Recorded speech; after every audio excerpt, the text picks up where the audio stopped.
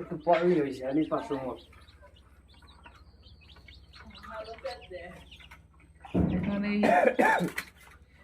একটা কাশ নেবে না পড়ছো তো বিড়ি নাই মাপ মানে বিড়ি ভালো বিড়ি না মাপ মানে একটা ফোড়া পরে না ওই চোখে যাবে তেমন ওই আচ্ছা আচ্ছা আচ্ছা দেখেন তো। জয় বাবা লোকনাথ।